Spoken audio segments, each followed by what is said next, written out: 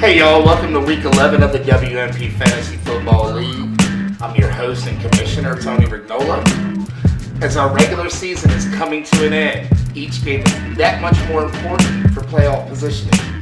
Let's talk about what went down in week 11.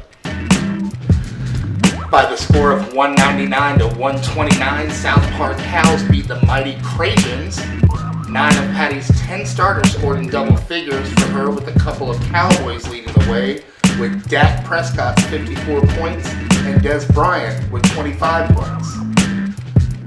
Pete only had 4 of his 10 starters score in double figures, led by Tom Brady with 56 points. For Whom the Bell Tolls got the win versus me and my Nagintas, 171 to 128. Even with the win, Isaac is still slated to be in the 3-game series for the Suck-Up, a place that is all too familiar with him. Might he be the first ever to win back-to-back Suckos?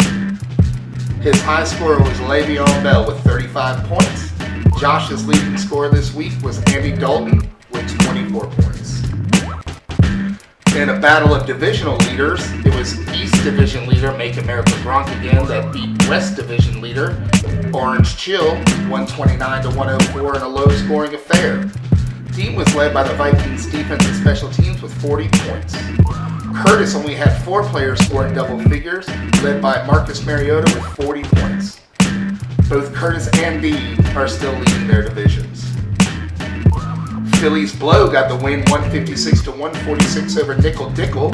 In a battle of best buds, it was Brian that got the best of Steve this time. What did it for Brian was the 2 former Nickel Dickle players, Steve Smith Sr. with 20 points and Julian Edelman with 19 points, that proved to be the difference. Steve was led by Drew Brees with 48 points. With the loss, Steve-O has now lost 4 in a row. Captain Kurt's Tribbles beat Sucko My Sacco 200 to 101. Going into Monday night's game with Oakland and Houston, all I needed from Michael Crabtree was a 100-point performance. Crabtree came nowhere near that. He scored 0. Don single-handedly beat me with his 4 Redskin players, who netted him 140 points to my entire team's 101.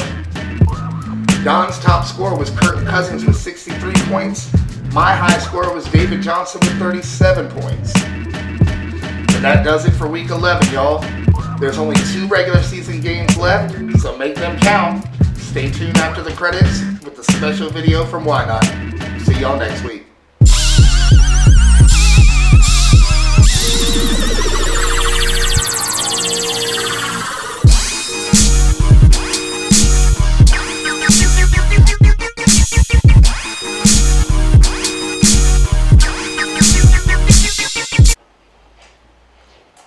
Hey, what's up, y'all? This is Why Not, coming to you live from Brian and Lisa Braxton's house with Brian, owner of Philly's Blow. Go Phillies. Who had a key matchup versus his best bud Steve-O this week, and how do you feel going into the matchup versus Steve-O? I feel pretty confident. He's got a great team. Steve's a great fantasy football player. I don't think I'll ever be able to match up to just the decisions Steve makes, because he's so smart. I don't know. I'm crossing my fingers for a victory. Looks like Nickel Dickle has the advantage versus Philly's Blow.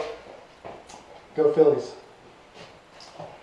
So earlier in the season, if y'all were not aware of it, Steve-O and Brian made a trade. Brian trading his number 1 overall draft pick, Aaron Rodgers, to Steve-O along with Randall Cobb in return for Steve Smith Sr.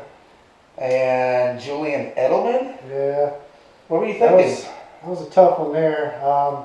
Looking back, I think David Johnson would have been a safer first pick maybe overall. I wanted a quarterback. Aaron Rodgers was there. But, I figured Steve would know better what to do with him than I would. So get some older receivers in there, see if they can turn my luck around, and just hadn't really panned out well. Yeah. Cheers. Cheers.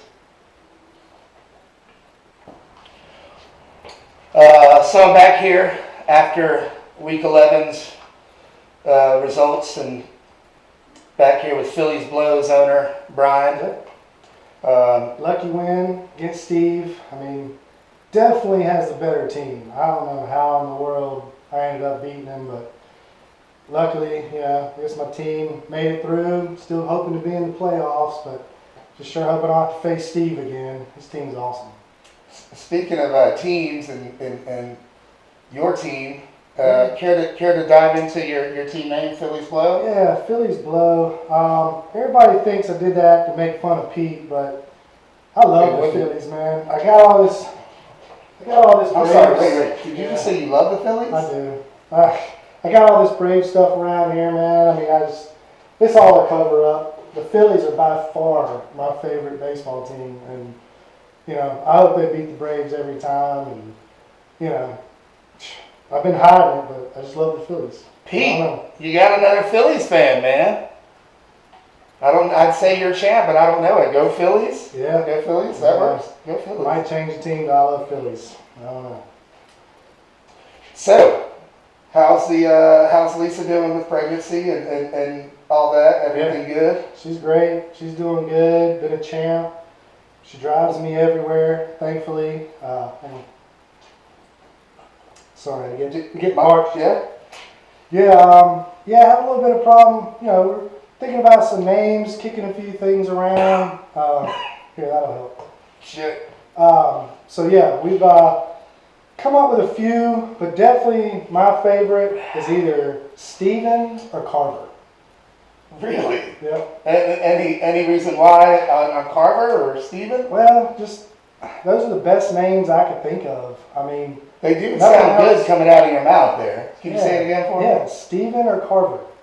For, boy's name. Yeah, it's a good strong man name. Kind of wimpy, but still a pretty good name, Sounds nice. Sounds like, that's what we're circling around now, we're still kicking a few around, but, Lisa will have the ultimate say, but I'm down with Steven.